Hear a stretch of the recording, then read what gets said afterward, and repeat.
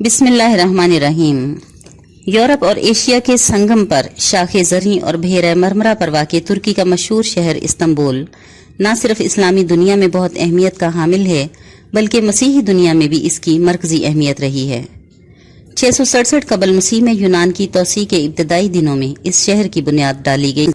شہر کے بانی کے نام پر اس شہر کا نام بازنطین رکھا گیا۔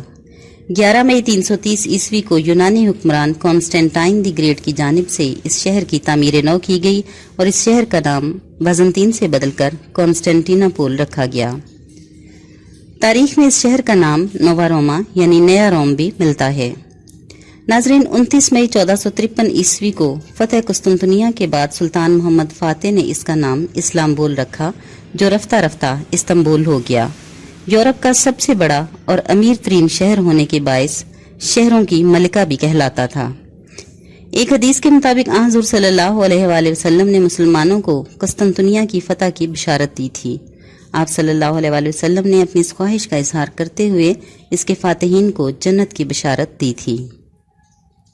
آپ صلی اللہ علیہ وآلہ وسلم نے فرمایا تھا کہ تم ضرور قسطنطنیہ کو فتح کرو گے، وہ فاتح بھی کمال ہوگا اور وہ لشکر بھی کیا باکمال ہوگا۔ آپ صلی اللہ علیہ وآلہ وسلم کی اس حدیث کی رہنمائی میں مسلمانوں نے 674 عیسوی میں قسطنطنیہ کا محاصرہ کیا۔ قسطنطنیہ کے فاتحین کے لیے جنت کی بشارت کے باعث مسلمانوں میں بے حد جوش و خروش پایا جاتا تھا، یہاں تک کہ حضرت ابو ایوب انصاری رضی اللہ تعالی عنہ، جنہیں مدینہ النبی میں میزبان رسول بننے کا شرف حاصل ہوا تھا، وہ بھی اس لشکر میں شامل تھے۔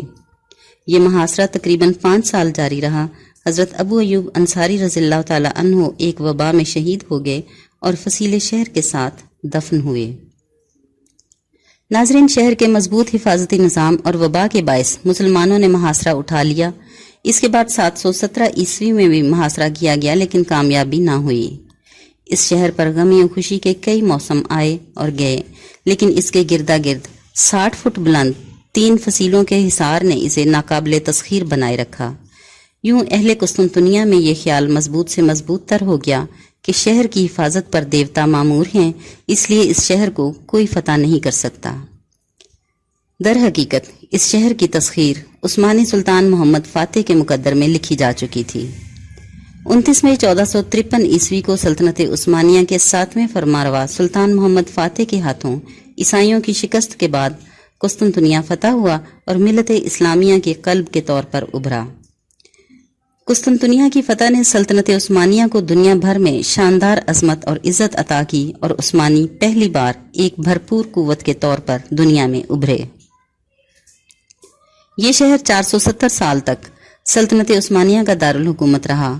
1923 میں مصطفیٰ کمال پاشا اتا ترک نے انقرہ کو نئی ترک جمہوریہ کا دارالحکومت قرار دیا اور قسطنطنیہ کا نام استنبول رکھ دیا۔ آخر دنیا بھر کے شہروں کو چھوڑ کر صرف قسطنطنیہ کے فاتحین کے لیے خصوصی طور پر جنت کی بشارت کیوں دی گئی؟ ناظرین، دراصل قسطنطنیہ دنیا کا وہ واحد شہر ہے کہ جہاں سے اگر خانہ کعبہ کی طرف منہ کر کے نماز پڑھی جائے تو درمیان میں مسلمانوں کا قبلہ اول یعنی بیت المقدس بھی آتا ہے۔ یوں قسطنطنیہ یعنی موجودہ استنبول میں اگر کہیں بھی نماز پڑھی جائے تو نمازی کا رخ ان دونوں قبلوں کی طرف ہوتا ہے۔ ناظرین، بیت المقدس جسے ہم مسجد اقصی کے نام سے بھی جانتے ہیں، نہ صرف مسلمانوں کا قبلہ اول ہے بلکہ نبی مکرم صلی اللہ علیہ وآلہ وسلم کے سفر معراج کا آخری زمینی مقام بھی ہے۔ یہاں آپ صلی اللہ علیہ وآلہ وسلم نے تمام انبیاء کی امامت فرمائی تھی اور پھر یہاں سے معراج پر چلے گئے تھے۔ مسجد اقصی حضرت سلیمان علیہ السلام نے جنات کے ذریعے تعمیر کروائی تھی اور اس کی اہمیت اس حدیث مبارکہ سے بھی ثابت ہوتی ہے کہ نبی صلی اللہ علیہ وآلہ وسلم نے فرمایا کہ کجاوے نہ باندھے جائیں مگر مسجد حرام کے لیے، مسجد نبوی کے لیے اور مسجد اقصی کے لیے، یعنی جن 3 مساجد کی طرف رخت سفر باندھنے کا حکم ہے ان میں سے ایک مسجد اقصی بھی ہے۔